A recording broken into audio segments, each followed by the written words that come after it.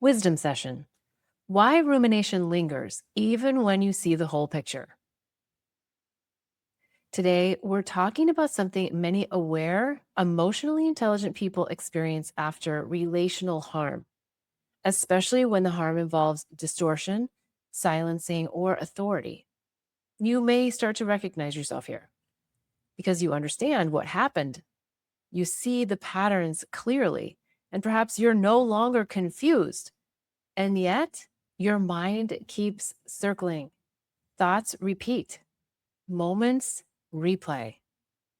You actually feel ready to move on, but something hasn't settled. And I want to say this really clearly. Rumination is not a failure to heal, and it does not mean that you don't understand. Rumination is often a sign that your nervous system is still protecting the truth. Because when narcissistic patterns hurt you and an empathic authority figure ruptures or destabilizes you, your system learns something very specific. If I don't keep reviewing this, the truth might disappear again.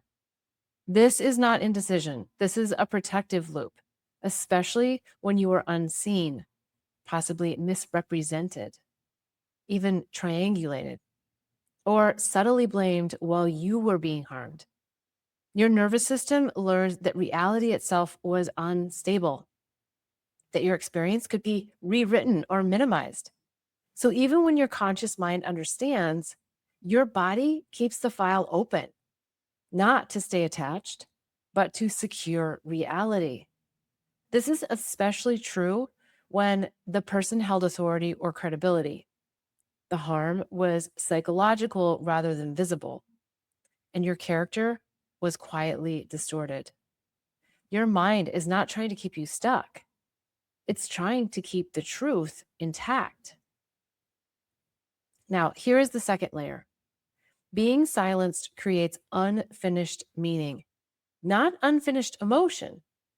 Many people assume rumination means feelings or fully felt. But for the many strong, self aware people, that just isn't true. You felt the pain, you grieved it, you named the harm. What didn't complete was the meaning making in the presence of a witness. So the psyche keeps asking, where does this truth go now? When truth has no landing, it stays in circulation, not because you're attached, but because it hasn't been placed. And this is where a crucial distinction matters. Narcissistic patterns hurt deeply, but rupture with an empathic authority figure can destabilize you. Why?